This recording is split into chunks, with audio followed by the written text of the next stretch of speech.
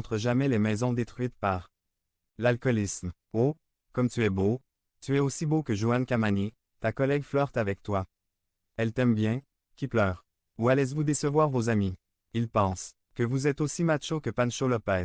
Mais ils ne montrent jamais les drames de la syphilis et du sida. Ne les laissez pas vous le dire, ne les laissez pas vous le dire, car peut-être qu'ils vous mentent, ils veulent vous faire tomber dans un piège.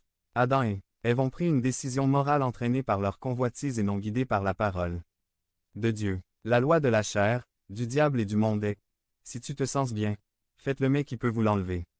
En revanche, Dieu nous dit, sans la sainteté personne ne verra le Seigneur, gardez mes commandements pour que tout se passe bien pour vous. Sur terre, ne vous y trompez pas, tout ce qu'un homme sème, il le récoltera aussi. 10% des jeunes chrétiens entre 16 et 21 ans prennent leurs décisions en matière morale guidées par la parole de Dieu et 50% le font sous l'influence des sentiments du moment, c'est-à-dire que leurs actes moraux sont régis par leurs propres règles. La morale n'est pas conforme aux règles de Dieu. Il s'intronise en tant que Dieu, en tant qu'être humain déchu, ce sont les désirs de la chair contre lesquels nous luttons continuellement. La nourriture, le pouvoir, l'argent, la popularité et le sexe.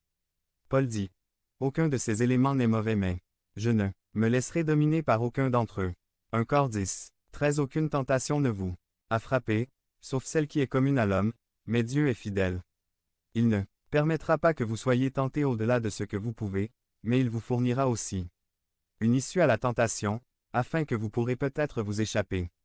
Alors ne vous y trompez pas car vous finirez dans le piège. Devenez membre de la chaîne et AIDEZNOUS à propager la parole de Dieu dans le monde entier. Dimanche 17 mars 2024.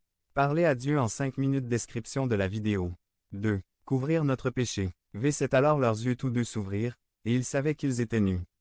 Ils coussèrent donc des feuilles de figuier ensemble et se confectionnèrent des tabliers.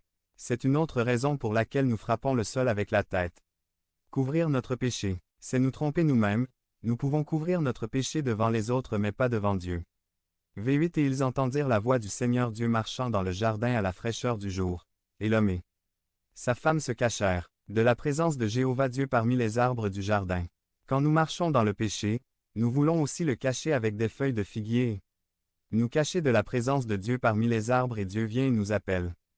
V9 Mais le Seigneur Dieu appela l'homme et lui dit, où es-tu? Cette question n'est pas parce que Dieu ne savait pas où se trouvait Adam, mais pour qu'Adam sache jusqu'où il était tombé, en essayant de fuir la présence de Dieu, de se cacher de Dieu et de couvrir son péché.